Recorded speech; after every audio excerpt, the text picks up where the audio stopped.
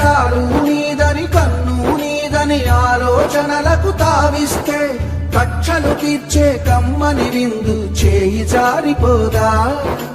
రక్తం పంచుకు పుట్టిన వాళ్లే మన వాళ్లేనని అనుకుని ఉంటే కురుక్షేత్ర రణరంగ దృశ్యమే నవ్వుల పాలైపోయేది కదా.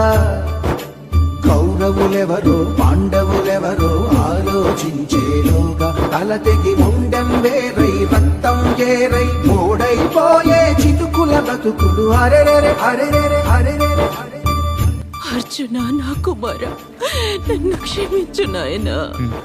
ఏమైంది? ఏం జరిగింది మాత? మీరెప్పుడు శత్రువుగానే భావించేవారు.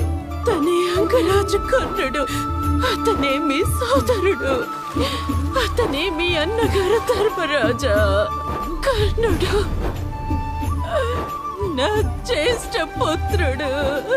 అరెరెరె అరెరెరె అరెరెరె అరెరెరె అరెరెరె ఎంతటి ఘనమయ్యా! ప్రాణాలిచ్చే మమతల్లో ప్రాణం తీసే పంతాల్లో నేలను చిందిన నెత్తురు చుక్కల లెక్కలు తేలని ఇతిహాసాలు.